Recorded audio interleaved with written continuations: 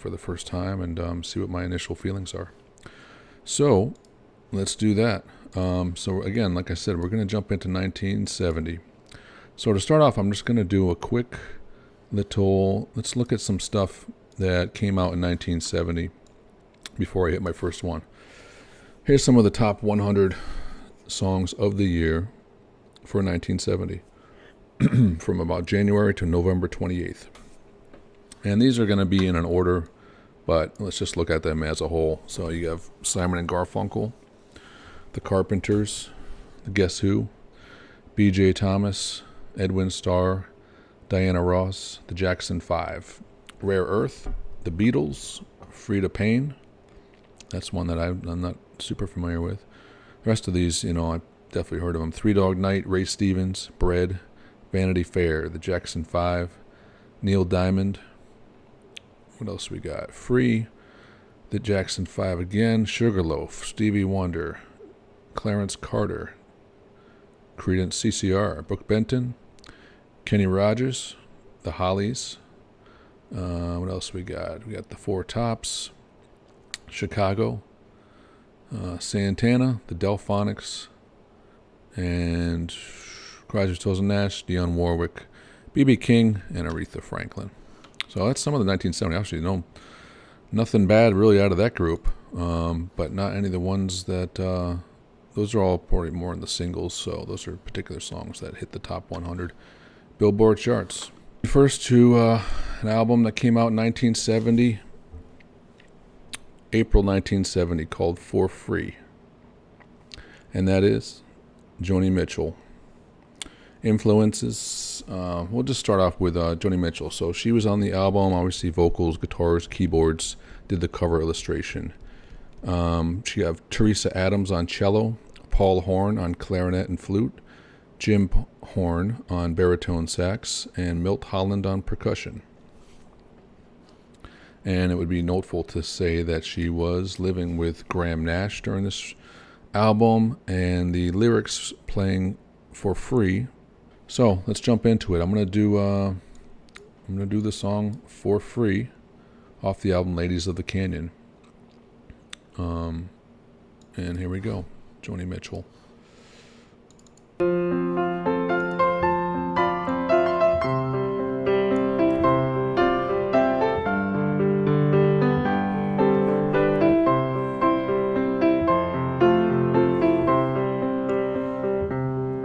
I slept last night in a good hotel. I went shopping today for jewels.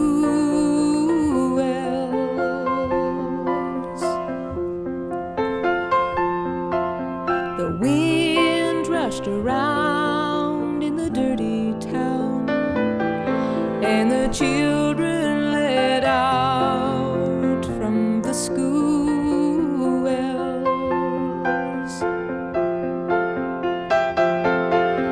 Standing on a noisy corner, waiting for the walking green.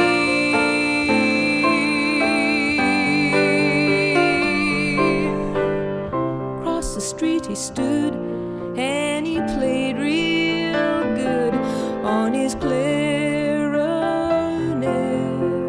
for free.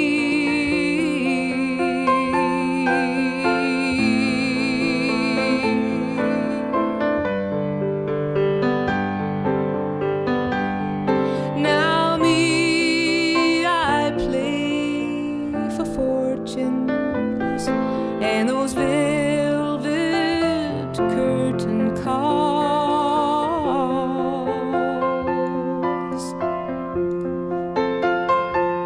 I got a black limousine and two gentlemen escorting me to the hall.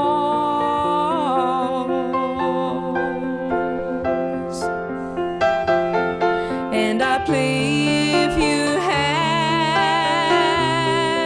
the money, or if you're a friend to me.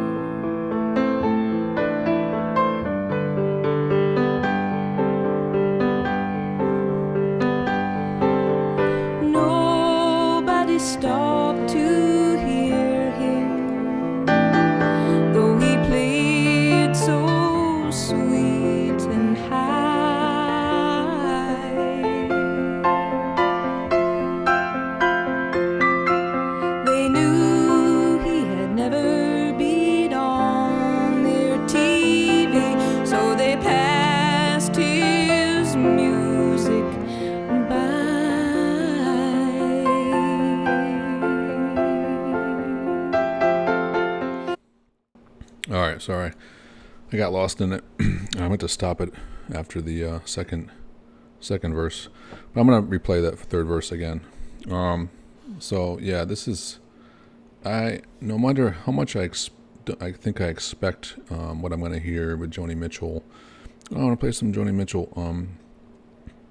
It never stops. It's able to cut through all the expectation, like, oh, I've heard this, 1,000 times, or whether you've heard 1,000 times or 10 times, it doesn't stop. It's cutting through and right to your heart, right to your sort of your thoughts, your memories, all your, whether it's from personal memory or hearing other things or evoking memories that you've forgotten long ago, and thoughts and beliefs and all kinds of stuff. So needless to say, and specifically on this one, like I said, I think this was starting to show, and maybe I had on previous albums, but this is still kind of maybe first, I don't know if this is their third or fourth album, but she was definitely starting to take real notice and put it into her songwriting as far as what she thought about the music industry and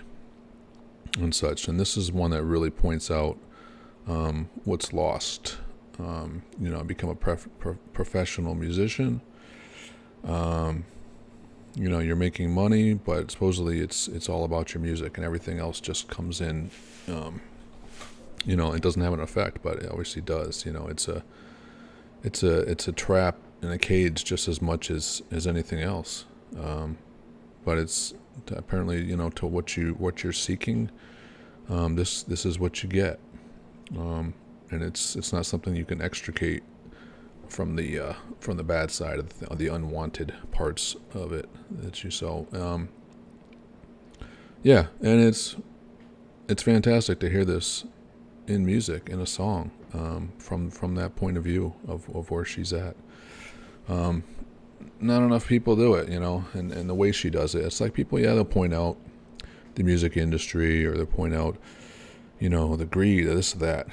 But she points it just at herself just as much.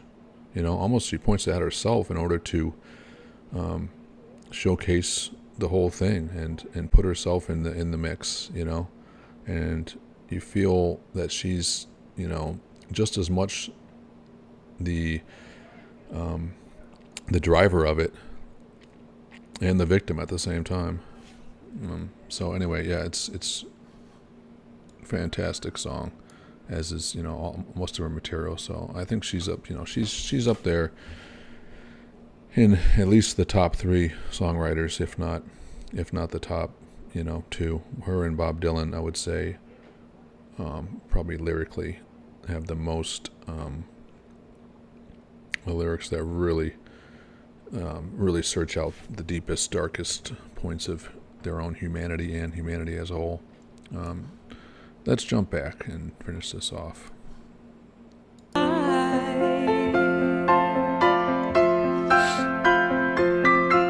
They knew he had never been on their TV, so they passed his music by.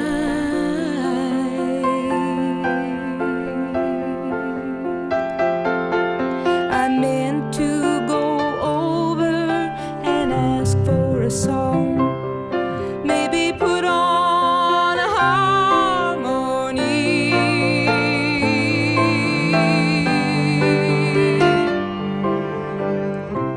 I heard his refrain as the signal changed. He was playing real good for free.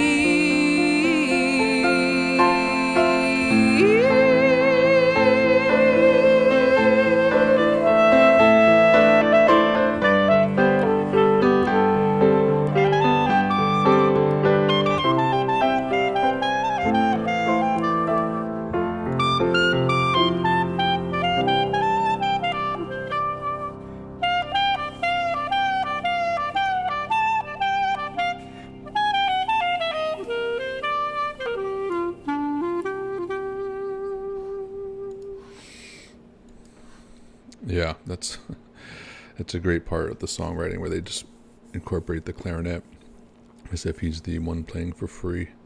And I didn't always hear that cello in the background there. It's here and there. It jumps part in just a couple different spots. It's very subtle. But so yeah, piano. Obviously the vocal, got a little clarinet and cello mixed in there. So as I said, yeah, in particular for free, foreshadows the lyrical recurring theme of the isolation triggered by success that would be elaborated upon in For the Roses and Court and Spark. And I think I've read recently For the Roses was really a point where Joni Mitchell really thought of quitting the industry, and perhaps did quit the industry in her mind for a period of months, and before coming back in Court and Spark, which is a very, obviously she went in full force, not just to the industry, but went into the into LA and the recording, and really went into a different direction.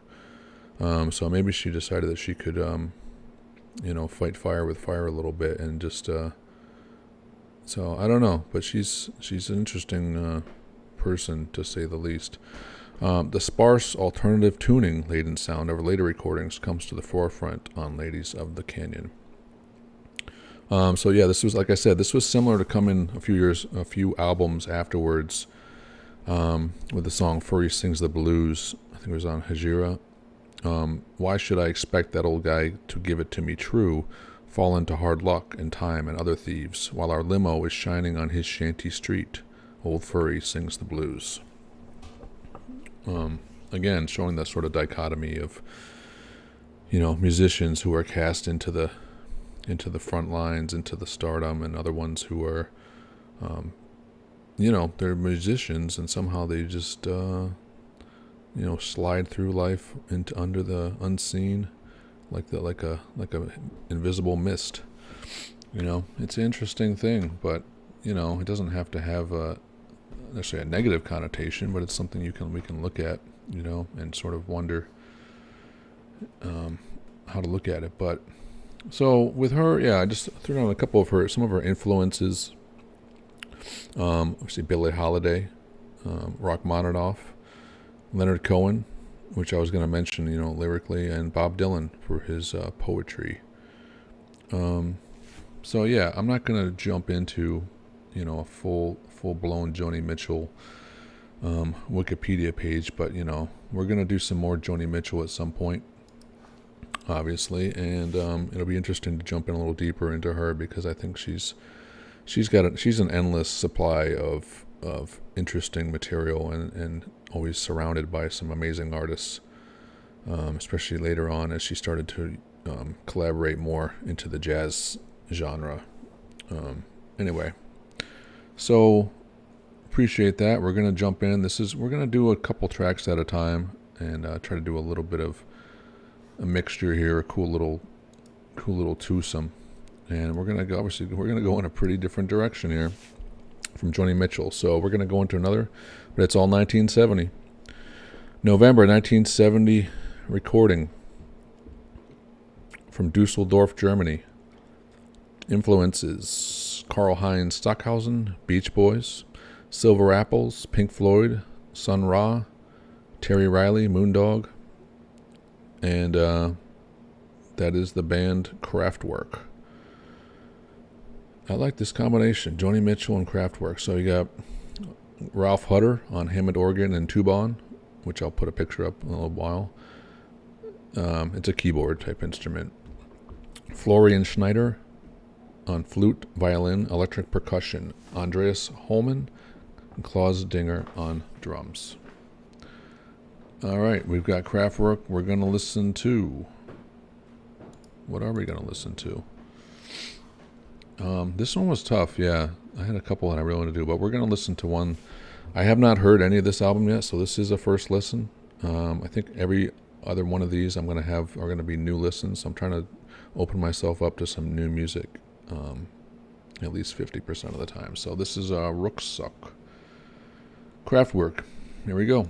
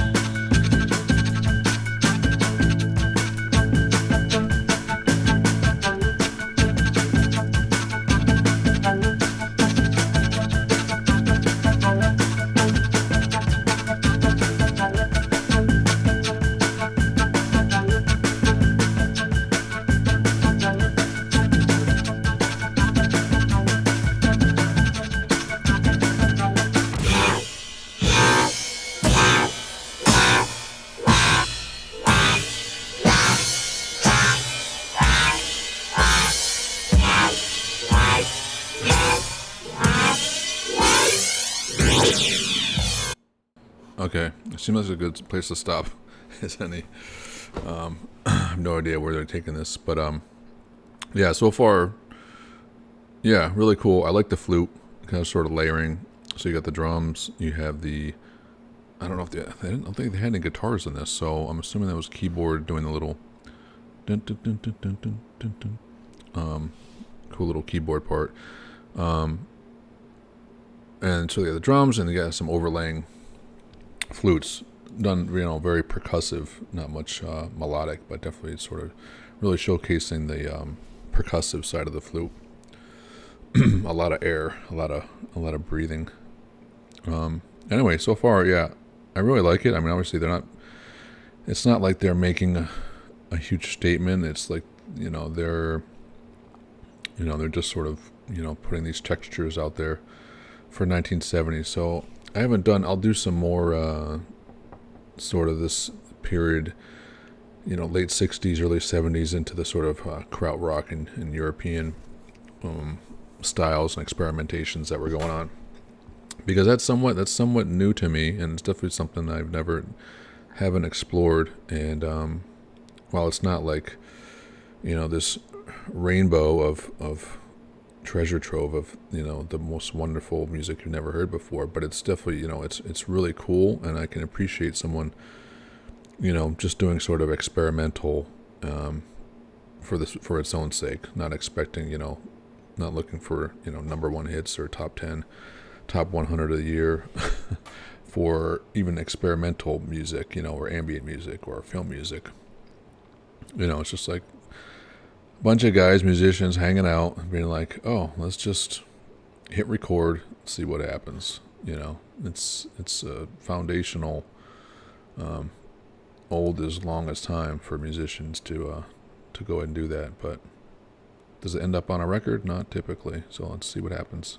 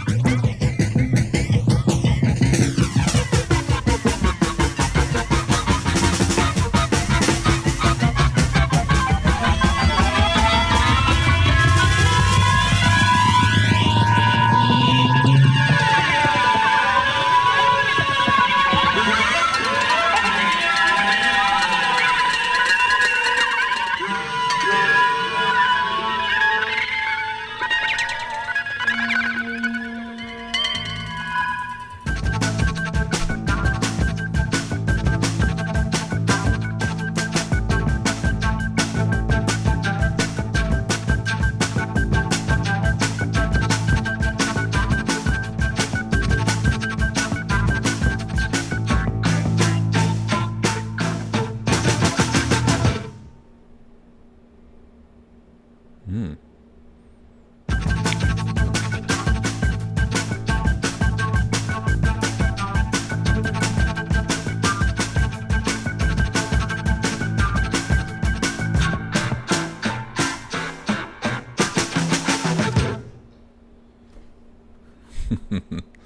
But that was really cool. It was a mix of stuff, and honestly, the best part of that for me, it wasn't. It sounded kind of like listening to, similar to some of like Piper at the Gates of Dawn. Some of the jams on that were like Saucer Full of Secrets. Some of the longer jams where you're just kind of out in their space a little bit. But yeah, what really stood out was the sonic space that their instruments took, in the headphones, because they definitely were experimenting a lot with. It wasn't just like they had these sounds. They had, a handful of sounds in there. They had the flute, they had the keyboard, the drums, but it was what they were doing with it. The effects they had on some of the drums, like the flangers. I don't know what they were using for effects and how they were creating them, whether it was through what was available at the time or just the engineering. But the way that they were putting things into the space, the left to right, the front to back, with whatever effects, was really cool to hear. And it sounds like that's what they were, as the time was moving in linear, it's like they weren't changing the beats, they were just moving things around in the sort of space that you were hearing it. So that was interesting to hear. I could hear the fun that they were having and the experimentation. And if it was in real time, I think back then, they were kind of doing I don't know if I'm putting too much on it, but I have read that some of the methodology behind some of these music was to have things, it was almost like, there wasn't arranging, there wasn't all this planning, and there wasn't a creation in mind. It wasn't, the end result wasn't in your head. How are we going to achieve this? And having first, chorus, and it was more spontaneous, stream of consciousness type of performance. So in that sense, you're not expecting the typical outcome of what you would have from a lot of music at that time. So anyway, let's we got a bit to go into Kraftwerk from just a first listen. So as far as the effects that I was talking about, it says these instruments often connected to further electronics via an electronic system studio's pitch to voltage converter. Von Himmelhoch has slight pitch curves that emulate the Doppler effect. So we're definitely hearing some interesting things with that. 1966, the Tubone, which I'm going to jump and throw a little bit of. Where is it? There we go. This is a picture of. This is a good picture I had. It was Paul McCartney in later years trying out the Tubone. But you can kind of see what they were going for. This is what was happening. The evolution of electronic keyboards at the time, and it looks like kind of one of those like keytars, but looks more like a bomb with a little. Not that many keys that built in there. Maybe 20 or so keys. Anyway. The Tubone. It's a tubular, battery-powered monophonic keyboard instrument that was played standing up, supported around the neck, with a strap guitar style, allowing the performer freedom to move around the stage. Primarily designed as a bass instrument, it had 6 preset sounds with tuba, contrabass, electric bass, saxophone, electric bass, woodwind, and was commonly used by pop and folk bands in Sweden during the 1970s. Some groups like Can and Kraftwerk are so into feeling that when they go into the studio to make an album, they simply jam for a certain specified period, select the tapes they deem preferable, and edit them to manageable length. This is quite extraordinary considering the infrequency with which the average German group undertakes a recording session. Which, like I said, it's in some ways, I don't know, some people look at it as like a sloppy way and not always getting the best results, but you put in the quantity, and sometimes you just look for the quality out of that. A lot of people do that nowadays. They just edit and cut and paste. Jimmy Page did that with the Song Remains the Same, right? He took the little bits of the 3 nights and put it all into one night. So it's not like they weren't. Everyone kind of used that method to some degree. In their place, a British band would be at each other's throats over whose songs were finally to be committed to the care of posterity, utilizing every studio facility to capture take after take of the numbers they had pre-planned. Nick Kent of the New Musical Express, 1974. Nick Kent slinks. The first thing you tend to notice about German rock bands is how mind-numbingly boring they are. But then, like I said, the music is basically boring, brain-belled boring, in fact, to the point that only an even more banal musical form like reggae could overtake it and become, in effect, the elitist in sound of 1973.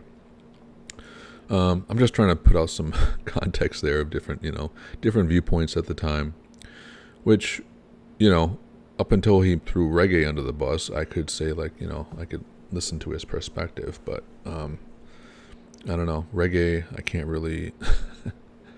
really call it banal musical form.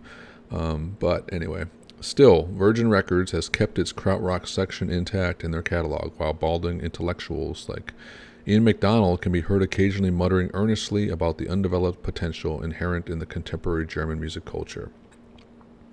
And then again, now we've had time to focus in and reflect our way through the wheat and the chaff, and we can discriminate between the vast amount of direct and those few stout-hearted krauts who have set out, facial muscles characteristically tensed up as they lurch maniacally over their various keyboard instruments, and actually succeeded in pushing musical frontiers a little bit further into the more accessible areas of the nouveau avant-garde. A lot of good words in there. Bands like Neu and Kraftwerk are a little more than experimental quacks, occasionally hitting on an intriguing conceptual sequence without bothering to follow through and compound its initial spark. I can't really. I'm just putting stuff out there. I'm looking for context of people at the time. Obviously the critics of the time I think is important because it's nice to hear people at the time. It's within a context of other music at the time, and sometimes it's music takes years, decades to be to be heard in a different way. So it's kind of interesting to hear, at the time. And I'm certainly as prone to that as anybody else. Depending on when I hear something, can directly affect my opinion of it. But for me, in the little bit that I've heard Kraftwerk, I can't necessarily have a very negative viewpoint of it. To me, I feel like the intent is honorable. Even if they're following through and they're, to other musical styles like what do you call it, like Pink Floyd. They didn't search out the melodic accessibility the way other groups did, or maybe it's like Frank Zappa. So I don't know. Overall, what I heard, in its short span, if I was to hear the whole album, it might be bring out a little bit bigger context for me as far as the overall output. But in its span, I'd say for 7 minutes, I think it could have certainly contextually, been put in a little bit better, accessible, digestible fashion if it was a little compressed a little bit time-wise. But it was interesting to listen to in the time that I'm listening to it. So I'm happy with that.